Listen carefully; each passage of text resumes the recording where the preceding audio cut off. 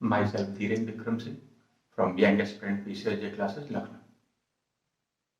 आज हम बात कर रहे हैं क्लोजर रिपोर्ट के कॉन्सेप्ट पर, और अगर किसी मामले में क्लोजर रिपोर्ट लगा दी है पुलिस ने तो उसके बाद विक्टिम को या इन्फॉर्मेंट को क्या रेमेडी है, इस रेफरेंस में हम बात करेंगे।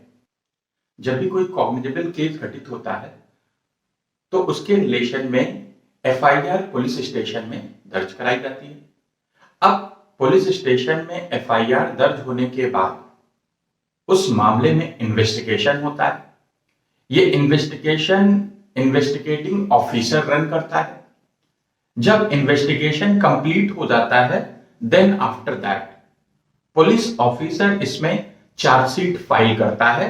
अगर उसे लगता है कि according to evidences, according to facts कोई केस उन पर्सन्स के अगेंस्ट में बनता है जिन्हें की एफआईआर में एलिज्ड किया गया है, या किसी ऐसे पर्सन के अगेंस्ट में बनता है जो कि इन्वेस्टिगेशन के दौरान निकल करके जिसका नाम आया है। अब चार्जशीट फाइल होने के बाद कोर्ट इसी बेसिस पर मामले को आगे प्रोसीड करेगी, ट्रायल रन होगा। बट अगर पुलिस ऑफिसर ने after investigation on basis of evidences ये मेंशन किया कि कोई मामला नहीं बनता है एलिज्ड पर्सन्स के अगेंस्ट में, और closure report section 169 of the CrPC में लगा दी, देन विक्टिम को या इंफॉर्मेंट को जिसने एफआईआर दर्ज कराई थी उसे क्या रेमेडीज अवेलेबल है, इसी कॉन्सेप्ट पर हम आज डिटेल में बात करेंगे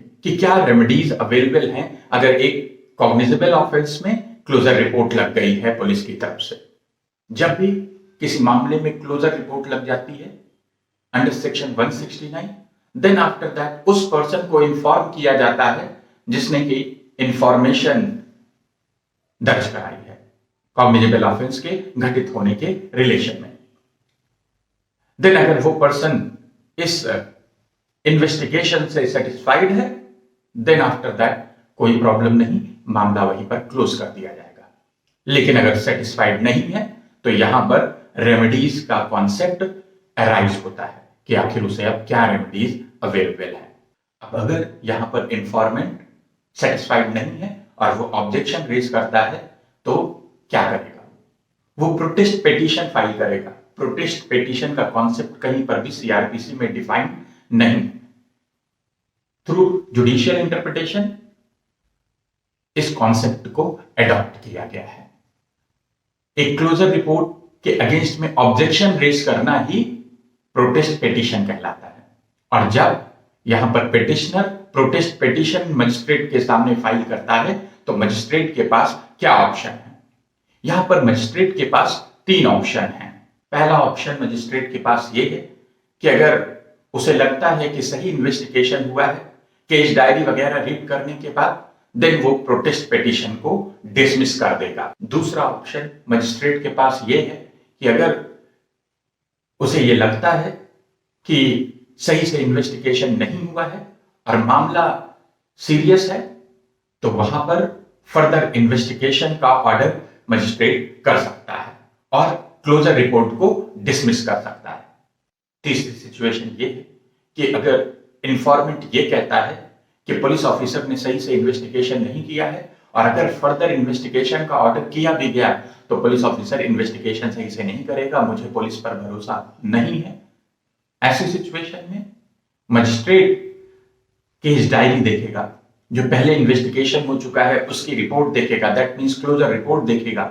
देन आफ्टर दैट अगर मजिस्ट्रेट सेटिस्फाइड है और उसे ये लगता है कि इंफॉर्मेंट मामले के बारे में सारी बातें बता सकता है, वो मामले को सही ढंग से जानता है, उससे रिलेटेड एविडेंसेस उसके पास उपलब्ध हैं, अवेलेबल हैं, तो ऐसी सिचुएशन में मजिस्ट्रेट इस मामले को एज एन कंप्लेंट सेक्शन 190 में दर्ज कर सकता है। तो यहां पर आपने क्लोजर रिपोर्ट के कॉन्सेप्ट को देखा, और क्लोजर रिपोर्ट के कॉन्सेप्ट में आपने देखा कि पुलिस ऑफिसर ने इन्वेस्टिगेशन किया और इन्वेस्टिगेशन के बाद अगर लगा उसे कि कोई मामला नहीं बनता है तो उसने सेक्शन 169 में क्लोजर रिपोर्ट फाइल कर दी। इस क्लोजर रिपोर्ट को ही अगर हम पॉपुलर लैंग्वेज में बात करें तो लोग फाइनल रिपोर्ट भी कहते हैं। इस फाइनल रिपोर्ट के बाद क्या क्या रेमेडीज अवेलेबल हैं इंफॉर्मेंट को, इसके बारे में हमने बात की।